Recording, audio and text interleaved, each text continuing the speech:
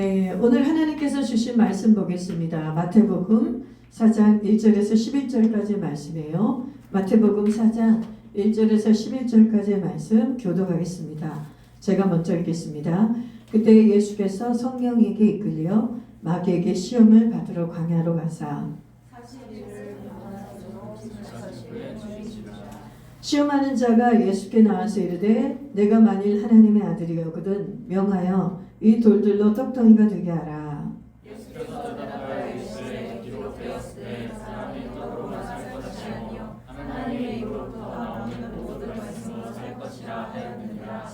이에 마귀가 예수를 거룩한 성으로 데려다가 성전 꼭대기에 세우고 내가 만일 하나님의 아들이거든 뛰어내리라. 기록되었으되 그가 너를 위하여 그의 천사들을 명하시니 그들이 손으로 너를 받들어 발이 불에 비치지 않게 하리로라 하였느니라.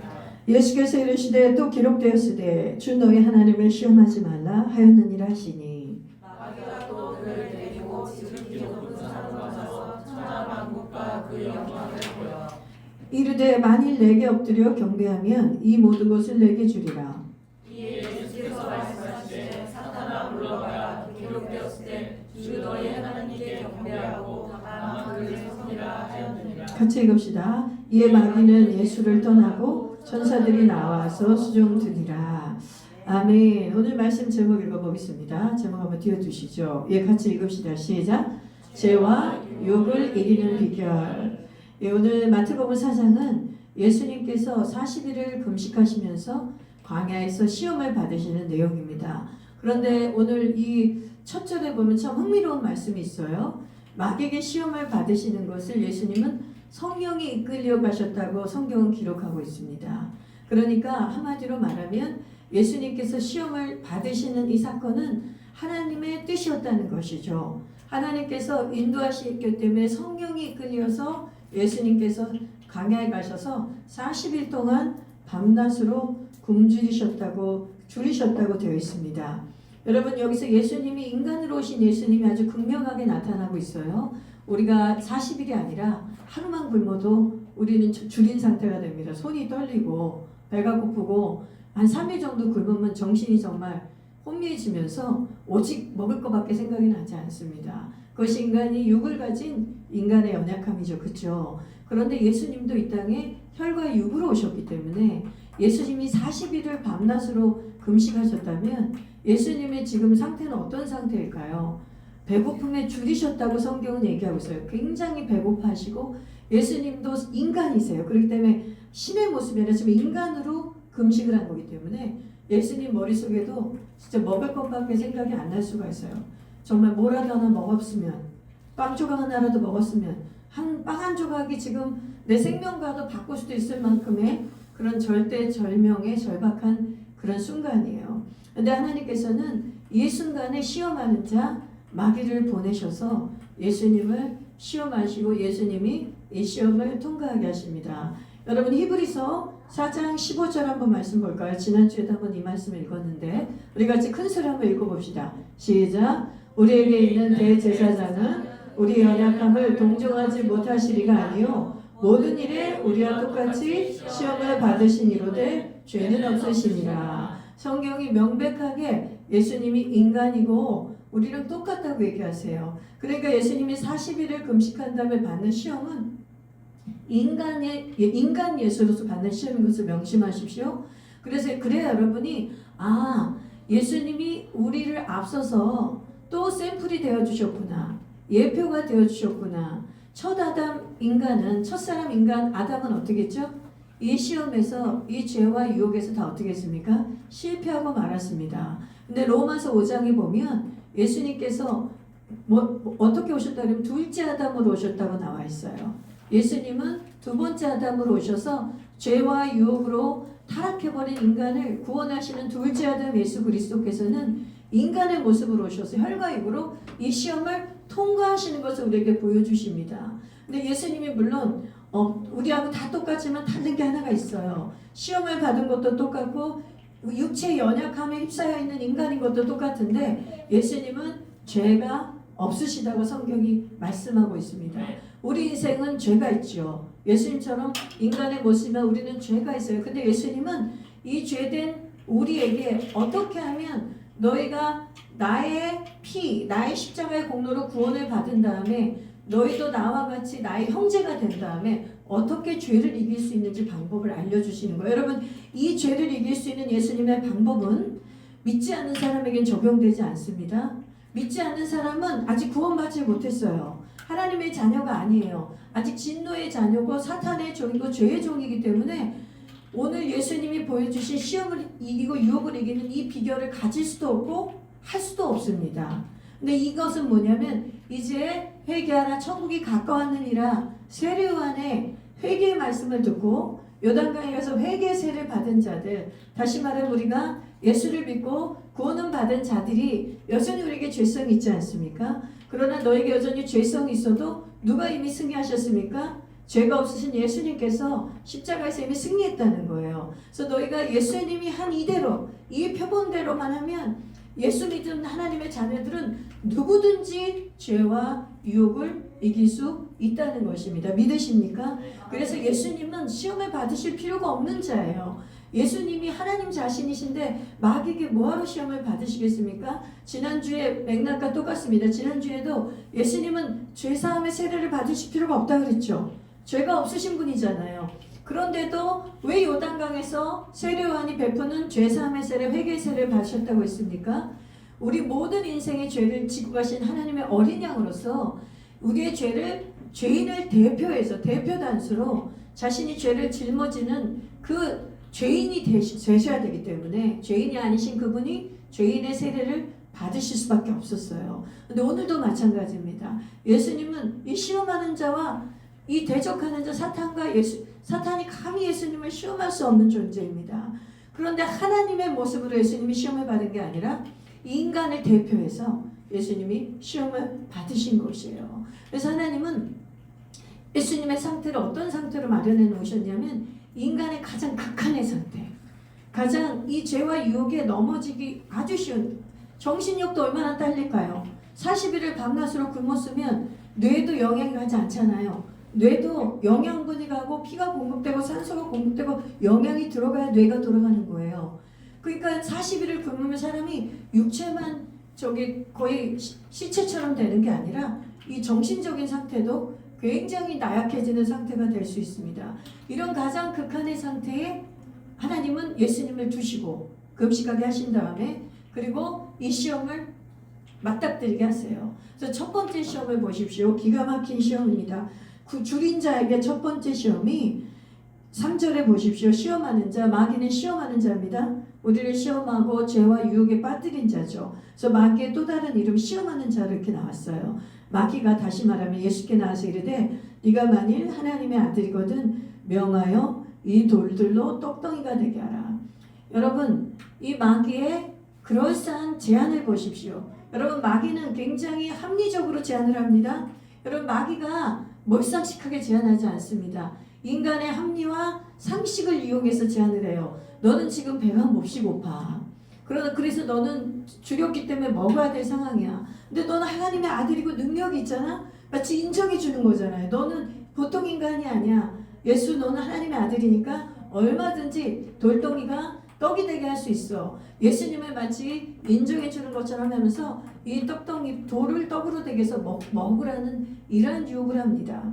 이것이 명백한 유혹입니다. 여러분, 태초부터 사탄은 먹는 것으로 유혹을 했어요. 보세요. 죄송해요. 미안합니다. Excuse me가 나올 뻔했어요. 스미마세? 스미마세 맞습니까? 스미마세. 이럴 때 스미마세 하는 거죠.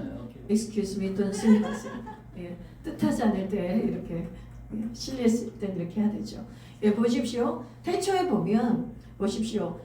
마귀가 하와와 아담을 유혹할 때 뭘로 유혹했습니까? 다른 걸로 유혹하지 않았어요.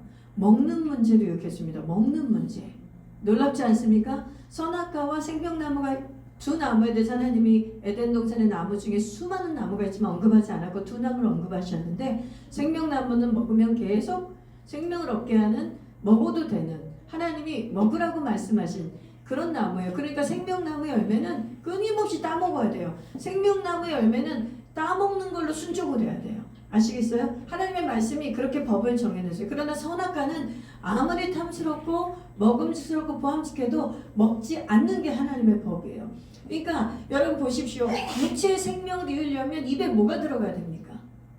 음식이 먹거리가 들어가야 되죠. 그러니까 하나님이 그 먹거리 안에 법을 정해 놓으셨어요. 너희의 육신의 생명도 이 먹는 문제로 먹으면 살고 안 먹으면 죽는 것처럼 너희가 내 말씀을 먹으면 살고 말씀을 먹지 않으면 죽는 문제를 선악과를 먹지 않는 문제, 생명나무를 먹는 문제를 하나님이 법을 정해놨어요. 얼마나 쉬워요.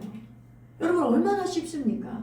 이 법을 하나님이 복잡하게 지켜놓도록 해놓지 않았어요. 이 태초 에덴에서. 그런데 놀랍도록 원수 마귀가 예수님을 시험할 때 하와와 아담을 시험한 이 똑같은 루트로 시험을 하는 거예요. 예수님이 지금 가장 굶주렸을 때 지금 먹어야 살지 않습니까? 먹어야 육체적 생명을 존속하잖아요. 얼마나 합리적이에요. 그리고 하와에게 이렇게 얘기했죠. 하나님이 정말 먹지 말라고 했니? 그래서 하와가 그걸 먹고 싶게끔 계속 부추기는 거예요. 너가 조금 잘못 들을 수도 있어. 하나님은 그렇게 완곡하게 얘기하지 않았는데 네가 너무 그걸 절대적으로 받아들이는 것 같아. 굉장히 세상의 방법은 합리적이고 상식적이고 인본주의 생각으로 내가 들어도 그럴싸한 거예요. 하가 넘어간 거예요. 하나님의 관점으로 그 선악과를 계속 바라봐야 되는데 하나님의 관점이 아니라 마귀가 넣어주는 인본주의 관점으로 선악과를 보니까 하나님을 왜곡하는 거예요. 하나님의 법이 흐려져 버리는 거예요. 하나님의 말씀의 법을 먹는 문제에 넣어놨는데 그 먹는 문제에 대해서 내가 임의로 먹기로 결정하는 거예요. 맞지 않습니까? 먹으려는 건 먹고 먹지 말라는 건 안 먹는 게 법이었는데 내가 임의로 먹는 거를 선악과도 먹겠다고 결정한 게 이 죄의 시작이었거든요. 근데 놀랍게도 마귀가 인간에게 가장 원초적인 이 먹는 문제 가지고 예수님을 유혹합니다. 이게 바로 인간의 정욕의 문제예요. 꼭 음식의 문제가 아니라 이 먹는 문제의 시험은 이 죄성을 가진 인간이 이제 내가 원하는 대로 하고 싶어 버리는, 내가 원하는 대로 해버려야 지성이 풀려버리는 그 정욕의 문제가 우리의 DNA에 다 있습니다. 그래서 이때에 하나님의 말씀과 내가 해버리고 싶은 그 욕망 사이에 인간은 끊임없이 갈등하게 되거든요. 그런데 우리는 항상 어떻게 택하냐면 꼭 하와같이 택해요. 하와같이 택해요. 어떻게 택하냐면 하나님의 말씀이 버젓이 눈앞에 있고 기억이 나도 자꾸 합리화래요. 아니야, 이 욕구도 주신 분이 하나님이야. 그러니까 하나님이 이해하실 거야. 그러면서 우리는 그리고 인간끼리도 서로 합리화를 주면서 하나님의 말씀의 법이 절대가 되지가 않아요. 근데 여기 보십시오. 예수님을 보세요. 예수님은 둘째 아담이 돼서 첫 아담이 실패한 문제를 완전히 승리하셨거든요. 예수님이 기가 막힌 말씀으로 대답을 하십니다. 우리 4절 같이 읽어볼까요? 4절 시작. 예수께서 대답하여 이르시되 기록되었으되 사람이 떡으로만 살 것이 아니요 하나님의 입으로부터 나오는 모든 말씀으로 살 것이니라 하였느니라 하시니라. 원수 마귀는 먹는 문제로 공격을 했는데 예수님은 먹는 문제로 이겼어요. 먹는 문제. 근데 본질을 찔러버린 거예요. 그러니까 원수 마귀는 너 지금 굶주려 죽을 지경이야. 하나님의 아들이니까 빨리 돌로 떡을 만들어. 아무도 뭐라고 안 해. 너한테 그럴 능력이 있잖아. 근데 예수님은 그렇게 하지 않고 기록된 말씀으로. 기록되었으되 신명기 8장 3절 한번 띄워주세요. 신명기 8장 3절에 예수님이 인용한 말씀입니다. 우리 예수님이 인용한 말씀 한번 읽어볼까요? 예수님이 따로 말씀을 창조하지 않았어요. 구약의 말씀을 그대로 인용해서 사탄을 쫓아냈어요. 우리 읽어봅시다. 시작. 너를 낮추시며 너를 줄이게 하시며 또 너도 알지 못하며 내 조상들도 알지 못하던 만나를 내게 먹이신 것은 사람이 떡으로만 사는 것이 아니요 하나님의 입에서 나오는 말씀으로 사는 줄을 내가 알게 하려 하심이라. 하나님께서 만나를 주신 이유를 설명해요. 너희가 만나 먹기 되게 지겨워했지? 맨날 40년 동안 만나만 먹는다고 너무 원망하고 불평했지? 내가 너희들에게 40년 동안 만나를 매일매일 먹인 그 본질을 알려주겠다. 하나님 뭐라 그랬냐면 너희들이 먹고 사는 육신의 음식을 먹고 사는 것이 아니라 사람은 떡은 육신의 양식을 말합니다. 육신의 양식으로만 사는 것이 아니라 진짜 생명의 양식인 하나님의 입에서 나오신 하나님의 말씀으로 사는 것을 가르쳐 주려고 너희로 알게 하려고 만나가 떨어지겠다는 거예요. 왜냐하면 매일의 삶 속에 만나를 통해 훈련을 하는 거예요. 하나님이 만나를 준다고 약속했죠. 그래서 새벽에 나가서 거두면 거두러 나간 만나가 뿌옇게 내려 있는 거예요. 그럼 그걸 볼 때마다 사람들에는 이 먹거리의 문제, 이 생존의 문제에 하나님의 말씀이 딱 장착이 되는 거예요. 아, 하나님은 말씀대로 오늘도 만나를 보내주셨구나. 그래서 이 만나를 먹고 우리가 사는구나. 그럼 다시 말하면 그 이면의 영적인 양식은 뭐예요? 하나님의 말씀대로 해야 사는구나를 이 먹는 문제로 하나님이 가르친 거예요. 그리고 하나님이 뭘 가르쳤냐면 만나가 안식일을 지킨 날은 나가도 걷어요, 못 걷어요? 못 걷어요. 안식일 날은 만나가 내리지 않아요. 그래서 안식일 전날 나가면 2배를 거둘 수 있도록 한 주 중에 유일하게 2배 만나를 거둘 수 있는 것이 안식일 전날입니다. 이것도 하나님이 말씀을 주신 거잖아요. 이거 민수기에도 보면 이렇게 나와있어요. 사람들이 하나님의 말씀을 믿지 않고 안식일날 나갔다가 어떻게 해요? 허탕친 얘기도 나오고 하나님이 하루 먹을 것만 거두라고 그랬는데 여러 날 먹을 걸 걷어서 다 썩어버리고 곰팡이 쓴 거를 성경이 얘기하고 있습니다. 그러니까 이 만나로 매일매일을 정말 지루할 정도로 매일의 습관이에요. 매일 우리 먹어야 되잖아요. 그쵸? 우리 매일 먹고 싸고 자고 먹고 싸고 자고 우리 삶이 육신의 몸의 생명을 유지하기 위해서 우리는 이거를 꼭 해야 되지 않습니까? 이것처럼 하나님이 너희들은 영적인 존재나 육신의 생명을 위해서도 매일 만나를 먹어야 되는 것처럼 너희의 그 영적 생명을 위해서도 만나를 먹어야 된다. 영적인 만나, 하나님의 말씀을 먹어야 된다고 말씀해 주시는 거예요. 여러분 보세요. 예수님은 하나님의 아들이세요. 사탄하고 게임이 안 됩니다. 예수님이 굳이 이 기록된 말씀을 이길 필요가 없어요. 하나님의 영광 앞에 마귀는 꼼짝도 못해요. 근데 지금 허락됐기 때문에 마귀가 잠시 예수님을 이 시험을 할 수 있는 거예요. 그런데 그냥 마귀가 그 앞에서 같이 존재하지도 못하는데 하나님은 이 예수님을 뭐로 이기게 하셨냐면 오직 말씀으로만 이기게 하세요. 왜요? 왜 그럴까요? 우리가 어떻게 이기는 방법을 예수님이 가르쳐 주셔야 되기 때문에 우리에게 너희가 죄성을 여전히 갖고 있고 너희가 정욕의 문제와 하나님의 말씀의 문제 두 가지 사이에서 너희가 갈등할 때 너희가 어떻게 이겨야 되는지 예수님이 가르쳐 주는 거예요.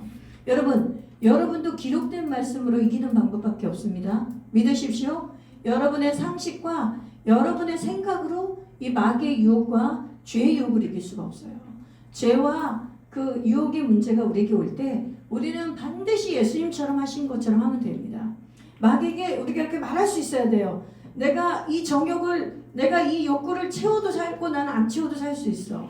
그러나 나는 하나님의 말씀이 없으면 살 수가 없어. 마귀에게 대적해야 돼요. 나는 너의 말을 듣지 않고 하나님의 말씀에 순종할 거야. 그리고 마귀를 대적하는 거예요. 여러분 야고보서 4장 8절 말씀 한번 띄워주세요. 야고보서 4장 8절. 예, 우리 한번 큰 소리 읽어봅시다. 여러분 큰 소리로 같이 합창합시다. 시작. 그런즉 너희는 하나님께 복종할지어다 마귀를 대적하라. 그러면 너희를 피하리라. 여러분 기가 막힌 영적 원리인데요. 마귀를 대적하는 원리는 하나밖에 없습니다. 먼저 하나님과의 나의 관계에서 내가 하나님의 말씀 앞에 하나님께 복종하는 거 하나님의 말씀에 복종하는 거예요. 예, 지금 오늘 조금 많이 졸리시죠? 물 한 컵씩 먹으시면 어떨까요? 지금 물 한 컵 갖고 오는 거 제가 허락해도 괜찮아요. 가서 찬물 한 컵씩 여기 앞에 계신 분도 이름 언급하지 않겠습니다. 물 한 컵을 갖고 먹고 말씀을 들으셔야 합니다. 왜냐하면 여러분 오늘 굉장히 중요한 말씀이에요. 제가 다른 날은 여러분들이 졸아도 웬만하면 깨우지 않습니다. 그런데 오늘은 이 말씀이 너무나 중요하기 때문에 여러분 이 말씀을 꼭 들으셔야 돼요. 오늘 이 생명의 양식을 꼭 드셔야 됩니다. 아시겠어요? 네. 순종해 주셔서 감사합니다. 제가 여러분에게 절대 무한을 주려고 하는 게 아니라 여러분에게 양식을 먹이고자 함입니다. 저희 충성된 마음을 이해해 주세요. 목사가 일주일에 한 번씩 특히 화요일 날도 못 오시는 분들이 많은데 이 주일날 이 생명의 양식을 우리 성도들이 맛있게 먹으면 그것처럼 기쁜 게 없어요. 그러니까 왜냐하면 그거는 저의 기쁨이 아니라 하나님이 제 안에서 하나님이 준비하신 말씀을 그 양들이 먹고 강건해지고 그렇게 되면 얼마나 하나님 기뻐하시는지 몰라요. 그래서 제가 좀 환기를 시켰습니다. 여러분 좀 환기가 됐습니까? 네. 아주 좋습니다. 여러분 참 감사해요. 말씀을 드실 자세가 됐어요. 그래서 보면 죄와 유혹을 이기는 방법은 하나님과의 관계에서 먼저 말씀 앞에 복종을 해야 마귀를 대적할 능력이 있는 겁니다. 말씀 앞에 먼저 복종이 안 되고 In the name of Jesus, 예수의 이름으로 명하느니 마귀야 떠나가라. 나에게서 떠나가. 이렇게 얘기해도 마귀는 떠나가지 않아요. 죄의 문제는 해결되지 않습니다. 내 힘으로 아무리 그 유혹과 죄를 이겨보려고 해도 되지 않습니다. 그런데 어떻게 하기로 결정해야 되냐면 오늘 예수님이 가르쳐준 이 원리대로 결정하면 돼요. 정욕의 문제, 이 세상에 탐하고 싶은 욕심의 문제가, 탐심의 문제가 나한테 왔을 때 하나님, 저는 하나님의 자녀입니다. 저는 이제 하나님을 믿는다는 것은, 예수님을 나의 구주로 영접했다는 것은 이제 탐심을 따라가거나 이 세상의 정욕을 따라가는 것이 아니라 예수님을 나의 주인 삼아 따라가기로 결정한 거기 때문에 주님, 저는 생명나무의 열매를 먹고 선악과를 먹지 않겠습니다의 결단이에요. 그래서 요번에 그 예수님이 이렇게 이 말씀하신 이 떡덩이가 돌덩이가 떡덩이가 된 이 사건에 예수님이 하나님의 입에서 나오시는 말씀으로 살아야 된다고 마귀를 쫓아낸 것은 뭐냐면 아담이 저버린, 하와가 실패했던 생명나무의 열매를 먹지 않고 선악과를 먹은 사건에서 이제 어떻게 되는 것이죠? 생명나무의 열매, 생명나무는 말씀을 상징합니다. 예수님을 상징해요. 말씀을 먹고 선악과를 먹지 않겠다는 그 결단이라고 보시면 됩니다. 여러분, 인생 가운데 이러한 결단의 순간이 끊임없이 옵니다. 이것을 꼭 이기시는, 예수님처럼 이기신 여러분 되시길 바라요. 두 번째 시험이 뭔지 아세요? 두 번째를 보세요. 성전 꼭대기에 데리고 가서 거룩한 성에서 데려다가 성전 꼭대기에 세우고 하나님을 시험하는 것을 마귀가 시킵니다. 그래서 뛰어내려봐라. 그러면 시편 91편 11절 12절에 나온 약속의 말씀처럼 천사가 와서 너를 지켜줄 것이다. 이렇게 마귀가 얘기합니다. 여러분 한번 읽어볼까요? 시편 91편 11절 12절 시작. 그가 너를 위하여 그의 천사들을 명령하사 내 모든 길에서 너를 지키게 하시니라. 그들이 그들의 손으로 너를 붙들어 발이 돌에 부딪히지 아니하게 하리로다. 여러분, 얼마나 이 시험에 넘어가기 쉬울까요? 왜냐하면 말씀을 가지고 왔잖아요. 하나님의 진리의 말씀을 가지고 마귀가 시험하는 거예요. 여러분 꼭 명심하십시오. 하나님의 진리의 말씀이, 우리가 진리의 말씀을 갖고 있다고 해서 우리가 시험 안 당하는 게 아닙니다. 왜냐하면 왜 시험을 당하냐면 기록된 말씀을 가지고 맥락이 없이, 맥락과 상관없이 이 말씀만 해가지고 자의적 해석을 할 때 이런 시험에 빠지는 거예요. 바로 뭐냐면 마귀가 그 자의적 해석에 빠지게 하는 유혹을 하는 거예요. 믿는 자들에게 하는 유혹이에요. 자의적. 제가 아까 얘기했죠. 이거는 믿는 자들에게 있는 시험이라고. 믿지 않은 자들은 어차피 하나님을 시험하지도 않아요. 하나님과 관계도 없는데요. 뭐. 그리고 첫 번째 그 시험에 들지도 않아요. 어차피 이 세상에 정욕에 따라 살고 있기 때문에 이것은 믿는 자가 어떻게 시험을 이기냐는 거예요. 우리가 말씀을 묵상할 때 제일 위험한 게 뭐냐면 이 통전적인 해석 아니고 이 성경의 스토리텔링인데 이 앞뒤의 스토리를 보고 하나님이 하신 말씀의 맥락과 문맥을 보고 우리가 깨달아야 되는데 쪽집게처럼 말씀 하나만 딱 집어가지고 그냥 자기가 원하는 자기의 그 욕구, 자기가 원하는 것을 거기다 딱 장착을 시켜버려요. 그래서 어떻게 하냐면 임의적으로 해석하고 자의적으로 해석해서 하나님의 성품과 하나님의 뜻에 어긋나게 죄와 유혹에 빠지게 됩니다. 하나님을 여러분 시험하게 되는 거예요. 여러분 하나님이 시편 91편 11절 12절 말씀은 믿는 자에게 약속하신 것입니다. 너희 공경을 처했을 때, 위험에 처했을 때 천사를 보내서 보호해 주신다는 것 얼마나 선한 것입니까? 그런데 이걸 갖고 시험하라 그런 건 아니에요.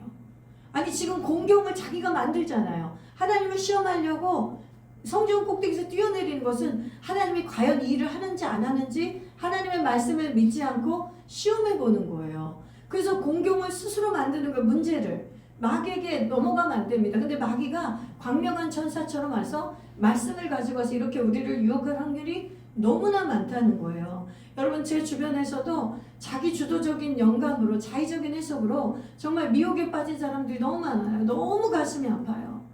제일 끔찍한 것 중에 하나가 뭐냐면 본토 친척 아버지를 떠나라고 했더니 정말 저에게 너무 가까이 있는 분 중에 그런 시험과 유혹에 빠진 분이 있어요. 본토 친척 아버지를 떠나라는 아브라함의 이야기 창세기 12장 3절을 어떻게 1절부터 3절을 어떻게 썼냐면 진짜 본토 친척 진짜 형제랑 결별하는 거예요. 진짜 아비의 집과 결별하는 거예요. 여러분 그거는 하나님의 성품과 맞습니까? 여러분 그게 하나님의 성품과 맞아요? 안 맞잖아요. 그리고 아니, 사람들이 그거 해석하는 거 있죠. 너 예수님보다 부모를 더 사랑하고 아내와 남편을 더 사랑하고 자식보다 더 사랑하면 안 되니까 다 버리고 예수 십자가를 지고 예수를 따르라고 그러는 걸 그것도 어떻게 해석하는 줄 알아요? 아브라함 지금 본토지쪽 아비집을 똑같이 떠나는 것처럼 해석을 해요. 그래서 예수님을 제일 사랑하고 제자가 돼야 되기 때문에 부모도 돌보지 않고 자기 자식도 내팽개치고 교회 가서만 살고 남편도 돌보지 않고 계속 기도와 말씀만 전념하면서 아이들을 양육하지 않고 방치하고 아이들에게 밥 한 끼를 차려주지 않고 정말 그런 분들이 있더라고요. 여러분 이게 바로 뭐냐면 속으시면 안 됩니다. 그분들이 말씀을 받았대요. 막 울어요. 그 말씀을 지켜야 된다는 거 자기는 형제 자매 말보다 하나님의 말이 더 중요하기 때문에 형제 자매랑 헤어지는 게 너무나 괴롭지만 그렇게 해야 된다는 거예요. 정말 그런 걸 볼 때 심령의 고통이 표현할 수가 없어요. 아무리 설명해줘도 이해하지 않아요. 아무리 설명해줘도 받아들이지 않아요. 자기가 들었대는 거예요. 자기가 봤다는 거예요. 여러분 그게 바로 뭐냐면 이 시험하는 자가 예수님에게 와서 이 말씀을 가지고 이 예수님까지 시험하라 했던 게 우리 인생 가운데 온다는 거예요. 예수님이 이거를 우리에게 너희가 이렇게 왔을 때 어떻게 시험을 피하는지를 예수님이 가르쳐 주세요. 절대 자기 주도적인 영감을 해석하면 안 돼요. 그리고 이랬을 때 겸손한 태도는 뭐냐면 자기를 양육하는 목사에게 꼭 같이 컨펌을 받는 게 중요해요. 하나님이 어쨌든 간에 자기가 소속된 교회에 그 사람을 뒀을 때는 하나님이 영적인 멘토로 누구를 주신 거예요? 그 목사를 주신 거죠. 그럼 자기가 유튜브에서 뭘 얼마나 신령한 걸 보든지 자기가 성경을 읽다가 얼마나 신령을 깨달았어도 목사님 저는 하나님이 이렇게 말하는데 좀 너무 이상하긴 한데 이게 하나님 뜻일까요? 꼭 의논을 하셔야 돼요. 절대로 여러분 의논하지 않고 자기가 뭐 천사를 받거나 그게 제일 무서워요. 여러분 책 한 권 읽은 사람이 제일 무서운 거 알죠? 예, 책을 적어도 몇백 권 읽은 사람도 그렇게 억지 부리지 않습니다. 그리고 몇천 권 읽은 사람은 더 겸손해지죠. 자기가 어떤 책 한 권에 가지고 그걸로 몰빵하지 않아요. 근데 진짜 책 한 권 읽은 사람이 제일 무서운 거예요. 그런 것처럼 하나님의 말씀을 66권을 통중적으로 깨닫고 하나님의 성품과 하나님의 뜻을 깨달으면서 해석을 해야 되는데 말씀 한 구절 받은 사람이 제일 무서운 거예요. 자기가 기도 3시간 하다 받았다 이거예요. 자기가 기도 6시간 하다 받았다 이거예요. 틀릴 리가 없다는 거예요. 틀릴 리가 아주 많습니다. 왜냐하면 시험하는 자가 누구를 유혹했어요? 예수님마저 유혹하는 거예요. 예수님이 여러분 40일을 금식하면서 얼마나 기도했겠어요? 예수님 그 배고픔을 참으면서 뭘 하셨겠습니까? 오직 기도에 전념하지 않으셨겠어요? 여러분 있잖아요. 꼭 명심하세요. 성령의 은사가 임하고 영계가 열리면 성령 쪽만 열리는 게 아니에요. 영계가 악령 쪽도 되게 예민해져요. 그래서 악령이 성령인 척하면서 꼭 기억하십시오. 성령인 척하면서 미혹의 영이 쓱 들어와요. 성령인 척하면서. 이거는 제 해석이 아니라 고린도후서의 사도 바울이 얘기했습니다. 천사도 마귀도 얼마든지 광명한 천사로 자기를 어떻게 한다 그랬죠? 위장시킬 수 있다고 했어요. 그래서 예수님이 이기신 방법을 잘 봐야 돼요. 예수님이 어떻게 이기셨습니까?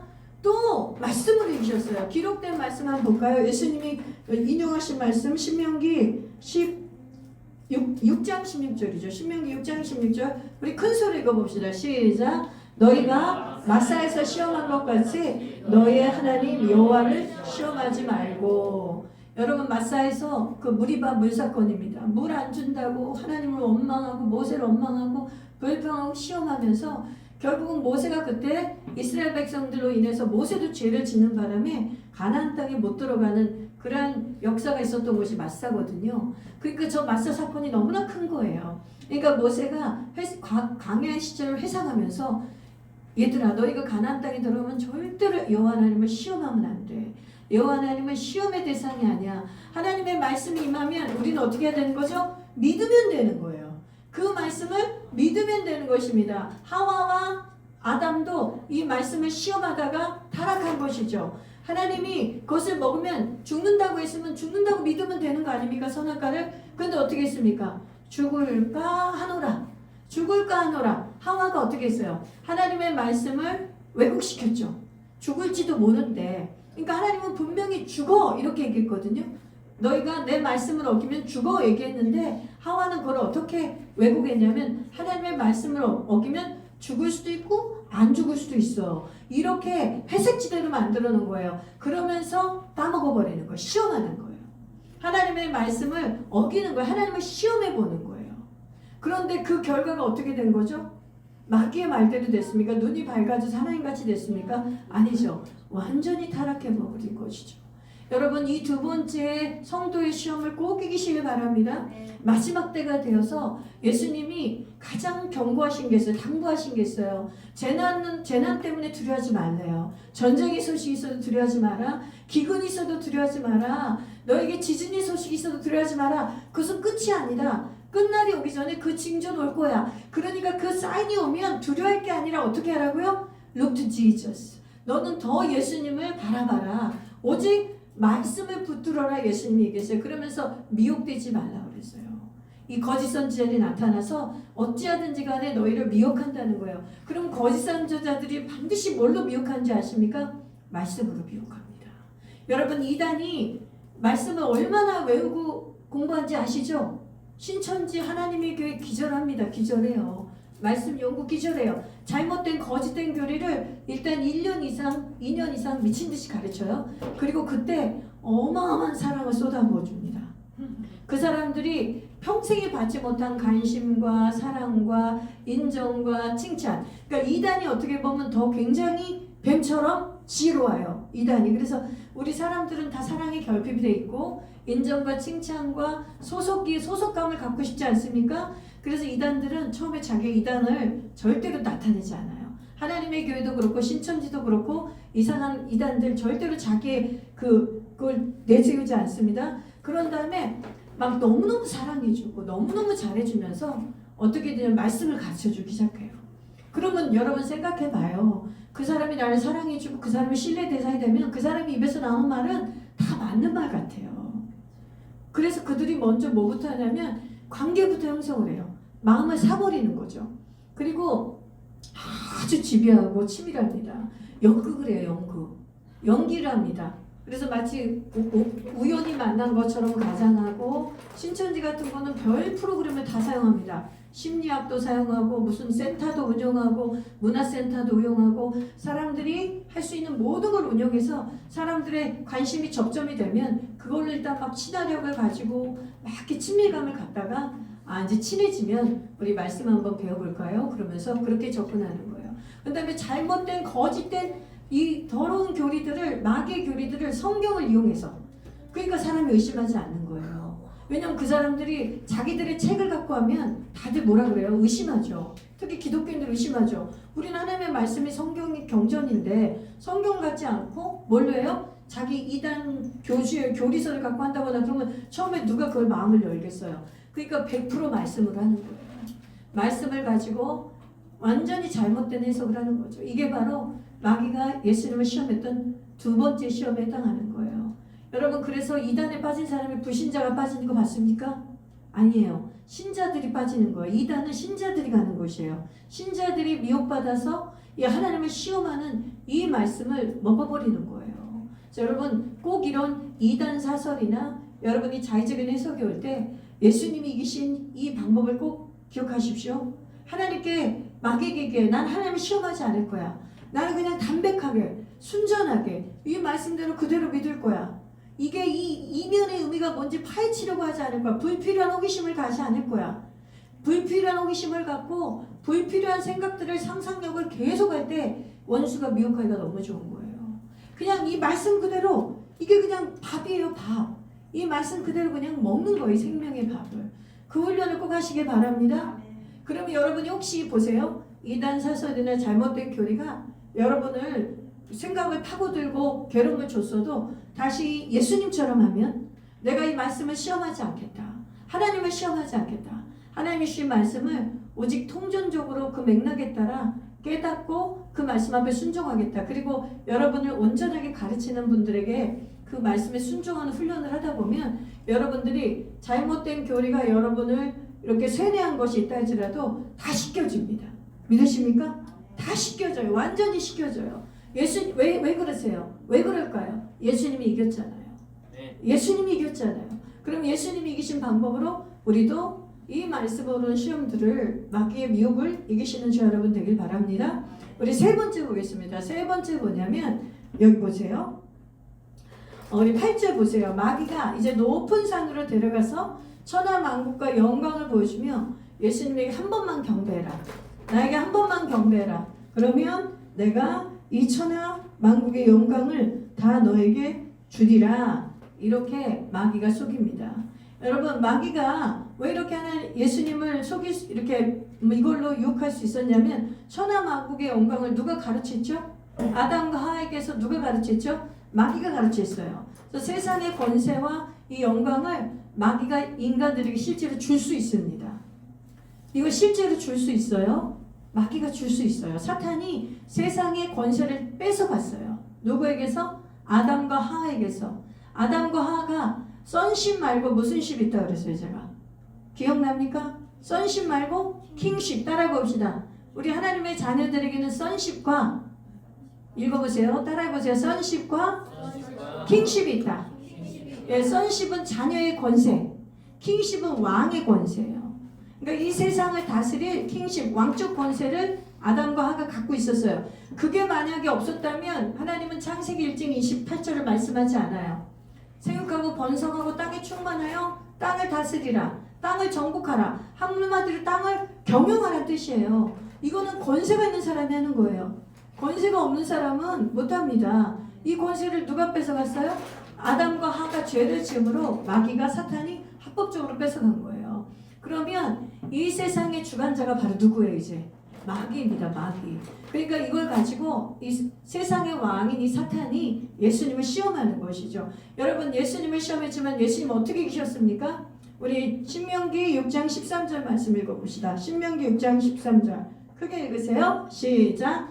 아니요 6장 13절 시작. 하나님 여호와를 내 하나님 여호와를 경외하며 그를 섬기며 그 이름으로 맹세할 것이니라. 이 말씀을 인용하면서 예수 그리스도께서 이렇게 선포하십니다. 마귀에게 대적합니다. 읽어봅시다. 10절 한번 읽어보세요. 마태복음 4장 10절 우리 큰 소리로 읽어볼까요? 시작. 이에 예수께서 말씀하시되 사탄아 물러가라. 기록되었으되 주 너의 하나님께 경배하고 다만 그를 섬기라 하였느니라. 예수님이 야고보서 4장 8절처럼 딱 하지 않으셨습니까? 신명기 6장 13절에 딱 순종하셨어요. 오직 경배를 받을 분은 하나님 한 분이다. 오직 섬김을 받을 분은 하나님 한 분이다. 그리고 마귀를 대적했어요. 사탄아 떠나가라. 사탄아 물러가라고 말씀하셨어요. 여러분 이 세상에 이 마귀와 이 사탄과 영원의 계약을 한 사람이 수두룩합니다. 여러분 정말로 수두룩해요. 이 사람들이 예수님 믿지 않고 사탄에게 영광을 받고 사탄에게 권세를 받아서 이 세상의 부와 최고점에 올라간 사람들이 진짜 많아요. 여러분 세상 사람들은 그걸 이해하기가 참 어려울 거예요. 왜냐하면 보세요. 그 세상의 탑에 있는 사람들은 자기 절제력도 뛰어나고 관리도 잘하고 경영도 잘하고 뛰어난 지략도 있고 능력도 있습니다. 그러니까 인간이 보기에는 되게 추앙할 대상이에요. 배우고 싶은 대상들이에요. 배우고 싶죠. 배울 건 배워야 합니다. 그 사람의 리더십의 기술이라든가 경영의 전략이라든가 삶의 지혜라든가 다 배울 수 있습니다. 그런데 문제는 본질의 에센스를 봐야 돼요. 그 사람의 그 성공과 부와 세상 부귀영화를 다 가지고 있어도 그 사람 안에 누가 있으면 예수님이 있으면 하나님하고 함께 왕노릇하는 거니까 오케이. 너무나 영광스러운 겁니다.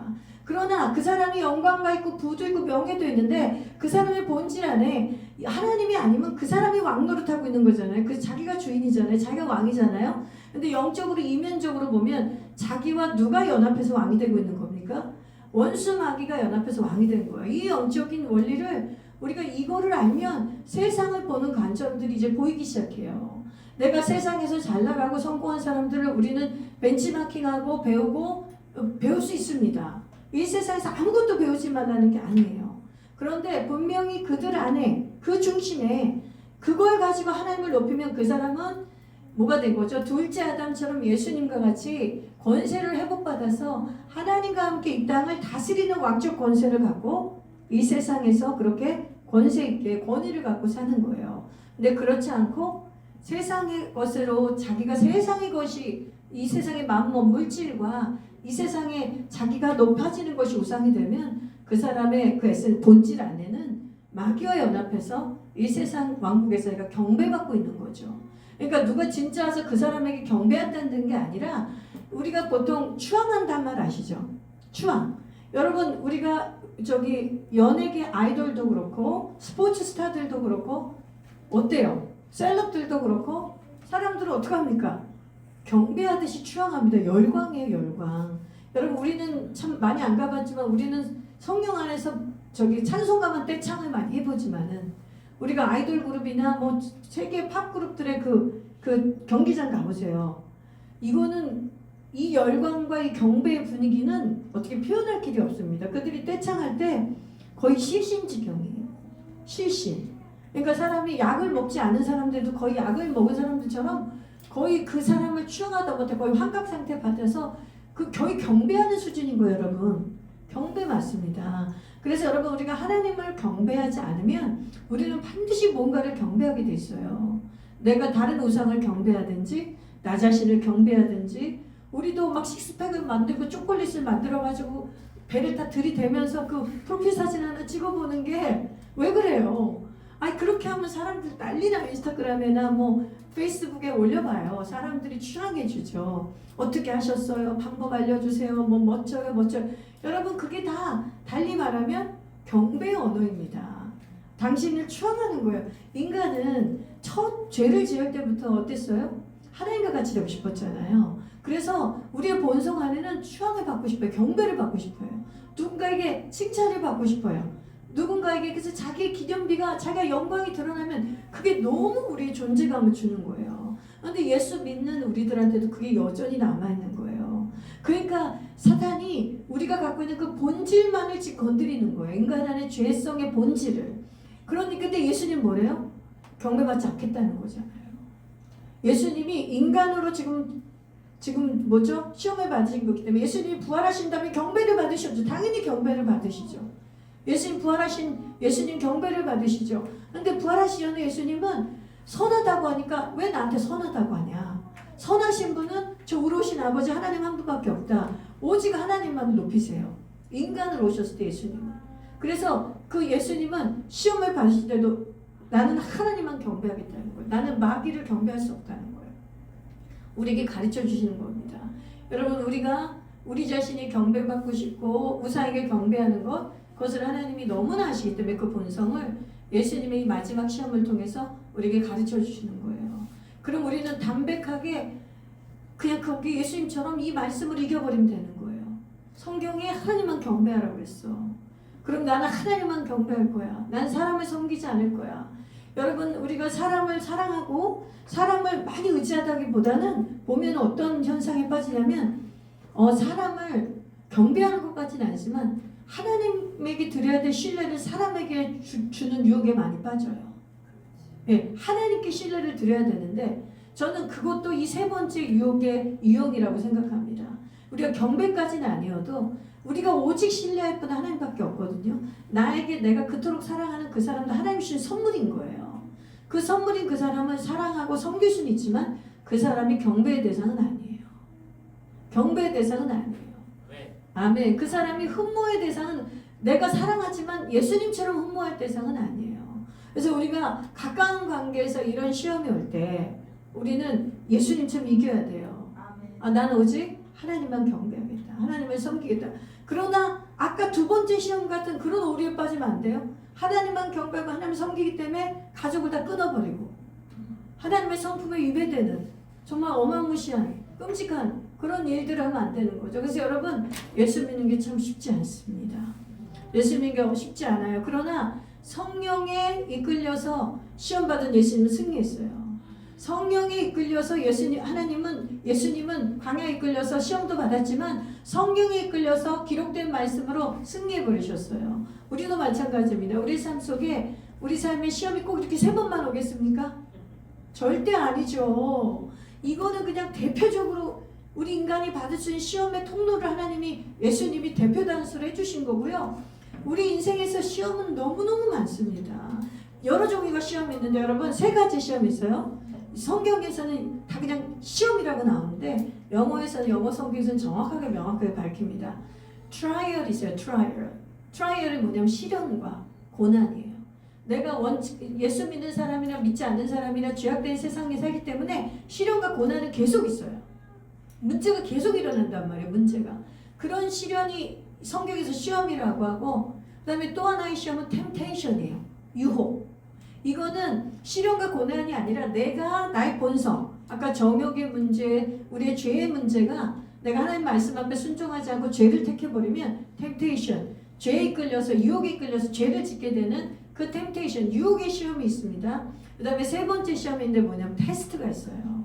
그거는 하나님이 그 시험을 허용을 하시면서 하나님이 직접 주신다고 생각하시면 하나님이 그 시험을 허용하시면서 얘가 진짜 나를 믿나 아니면 돈을 믿나 얘가 진짜 나를 믿나 사람을 믿나 얘가 진짜 삶이 주는 안정감을 믿나 나를 믿나 이거를 보는 시험의 문제가 있어요. 그래서 이 세 가지 종류가 우리 성도에게 시험이 오는데 우리에게 정말 많이 오는 시험은 트라이얼하고 템테이션이에요. 여러분 근데 그 시련과 고난의 시험은 여러분 어떤지 아십니까? 우리를 아주 연단해요. 우리가 그것을 감사함으로 이기면 우리에게 하나님이 우리를 아주 강하게 만들고 성장합니다. 제가 지금 영어 명언집을 외우고 있잖아요. 30개였습니다. 30개였는데 그 중에 진짜 최근에 제가 많이 읊은 게 있어요. 뭐냐면 A problem is your chance to do your best. 해석이 되셨습니까? A problem is your chance to do best, to do your best. 문제는 너희로 뭐예요? 너에게 기회이다. 어떤 기회냐면 너가 최선을 다할 수 있는 기회이다. 너무 좋은 명언 아닙니까? 저는 요즘 이 명언을 하면 나도 모르게 아멘을 외쳐요. 왜냐면 서양의 그 명언들은 되게 기독교적이에요. 아무래도 문화가 기독교 문화권에서 그런 것 같아요. 맞지 않습니까? 그래서 여러분 우리 삶에 시험이 오면 테스트가 오든 유혹으로부터 시험이 오든 또 뭐죠? 트라이얼, 시련과 고난이 오든 시험은 다 문제가 될 수 있는데 이건 오히려 우리 신앙을 증명할 수 있는 기회일 수가 있어요. 어떤 시험의 종류이든 내가 그게 기회가 될 수 있어요. 찬스가 될 수 있어요. 나의 최선을 다해서 그걸 기회로 만들어버린 거예요. 근데 나의 최선이 우리 신앙인한테는 뭘까요? 말씀대로 하는 거예요. 내 옳은 생각대로 내 보기에 좋은 대로 하는 게 최선이 아니고 전 성경적인 가치관을 말하는 겁니다. 세상 사람들은 이게 최선이다 저게 최선이다 여러 가지 최선을 말할 수 있어요. 근데 오늘 이 말씀에서 의거해서 우리의 최선은 우리가 시험을 당했을 때 우리의 최선은 기록된 말씀대로 순종해버리는 거예요. 믿으십니까? 기록된 말씀에 순종해버리고 누구는 대적하는 거죠? 마귀를 대적하라. 그러면 11절의 역사가 일어납니다. 11절 말씀 읽고 마치겠습니다. 11절 읽어봅시다. 시작. 이에 마귀는 예수를 떠나고 천사들이 나와서 수종드니라. 할렐루야. 이 상황이 됩니다. 이게 영적 현실이 됩니다. 마귀는 떠납니다. 말씀으로 우리가 이겼잖아요. 예수님 하나님께 순종했잖아요. 마귀를 대적했어요. 마귀는 떠나요. 그리고 누가 우리를 수종들어요? 천사가 수종들어요. 예수님만 천사가 수종드는 거 아닙니다. 히브리서 1장 14절에 천사는 ministering spirit이에요. ministering spirit. 섬기는 영이에요. 하나님의 구원받은 상속자들을 섬기라고 보내심을 받은 게 천사들이에요. 천사는 절대 하나님의 자녀가 아닙니다. 하나님의 종들이에요. 그런데 그 종들이 우리에게 파송받는단 말이에요. 하나님의 말씀에 순종하고 마귀를 대적한 자들에게는 다 천사들이라서 수종 들고 있습니다. 여러분 믿으십시오. 우리 눈에 지금 천사가 보이지 않아도 이곳에 천사들이 아주 많습니다. 믿으십니까? 우리 한번 천사에게 인사할 수 있어요. Hi angels. 인사할 수 있어요. 진짜. 그 믿음을 해야 돼요. 엔젤이 여기 가득 있어요. 눈으로 보이지 않을 뿐이에요. 하나님은 영이셔서 예수님이 이곳에 계셔서 우리 예배를 받고 계세요. 그러면 하나님이 계시면 천사 당연히 있죠. 하나님이 이 자리에 계셔서 우리 예배를 받으면 천사들이 당연히 지금 수종 들고 있죠. 예배를 돕고 있죠. 이 배경당 이 목사를 천사들이 지금 도우면서 제 설교를 돕고 있어요. 내가 사람의 말로 얘기하지 않고 성령의 뜻대로 설교할 수 있도록 적절한 예화가 터져 나오도록 그리고 여러분이 말씀을 온전히 깨달을 수 있도록 지금 천사들이 여러분을 다 돕고 있어요. 여러분이 만약에 많이 졸렸어도 여러분을 깨우려고 천사들이 노력하며 돕고 있어요. 저는 믿습니다. 여러분, 그래서 여러분 오늘 이 주신 약속의 말씀이 너무 놀랍고 위대하지 않습니까? 죄와 유혹을 이기는 이 비결, 예수님이 하신 대로 말씀으로, 기록된 말씀으로 순종함으로 마귀를 대적하는 저와 여러분, 그래서 시험을 통과할 때마다 여러분들은 성장하고 강해지고 하나님의 강한 용사가 되는 저와 여러분 되시기를 주님의 이름으로 축원합니다. 아멘. 다 같이 아멘으로 하다 갑시다. 아멘. 네, 이 시간